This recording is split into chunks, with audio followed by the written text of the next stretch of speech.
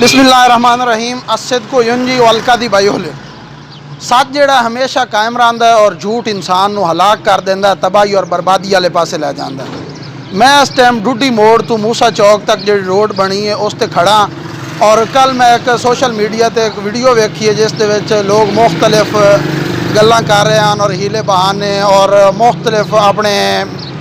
Technical तरीके दे नाल अपने आप नू बहुत बड़ा कोई एंकर शो करने की कोशिश कर रहे हैं। लिहाजा मैं उन्होंने किसी किस्म की किसी गल का जवाब नहीं देना चाहता, सिर्फ कौम के सामने हकायक रखना चाहना। हकायक ये हैं कि मेरे भाईओ 2 साल तो बाद पंजाब गवर्नमेंट ने बलदियाती इदारे बहाल किए। साढ़े जंग के लोगों के जहन आई कि जिन्होंने 68,000 का लित्र लगा ही शायद कि वो लोग संवर गए उससे उन्होंने अंदर कोई शर्म आया आ गई उसी और वो लोगों की फलाह का काम कर सन। लेकिन उन्होंने की किया, जेड़ा रोड उन्होंने दौरे हुकूमत 18 साल न बन सकिया, जदों असां वो बनाया तो उन्होंने एक अपने बल्दिया दे ट्रैक्टर दे नाल जे अगू फ्रंट ब्लेड लगे होया ही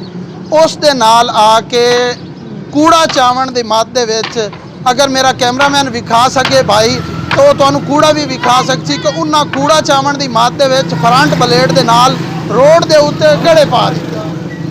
उस हवाले नाल मौलाना मुआविया आज़म तारिक साहब ने फौरन नोटिस लिया और साडी एक्सीयन हाईवे और सब इंजीनियर के नाल गल हुई। वो क्रैकेज जेडे भाईजान उस फ्रंट ब्लेड के नाल पै ने,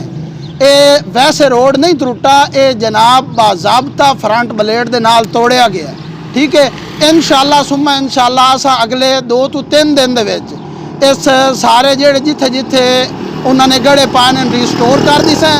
और ये जो भी असा कर रहे हैं अल्लाह ताला की रज़ा वास्ते कर रहे हैं, न किसी कुप्पी वाले वास्ते कर रहे हैं न किसी कुप्पे वाले वास्ते कर रहे हैं। लोग एक कुप्पियाँ चाड़ के आके एंकर बन जाते हैं और बड़िया बड़िया गल्लां करेंदे खलो के उन्होंने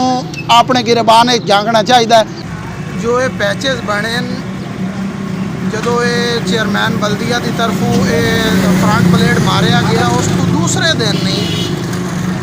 SDO हाईवे एहसानुल्लाह चीमा साहब ने लैटर लिखा CO बल्दिया नूं। वो लैटर भी इंशाअल्लाह मैं इस वीडियो के तुहाडे सामने शो कर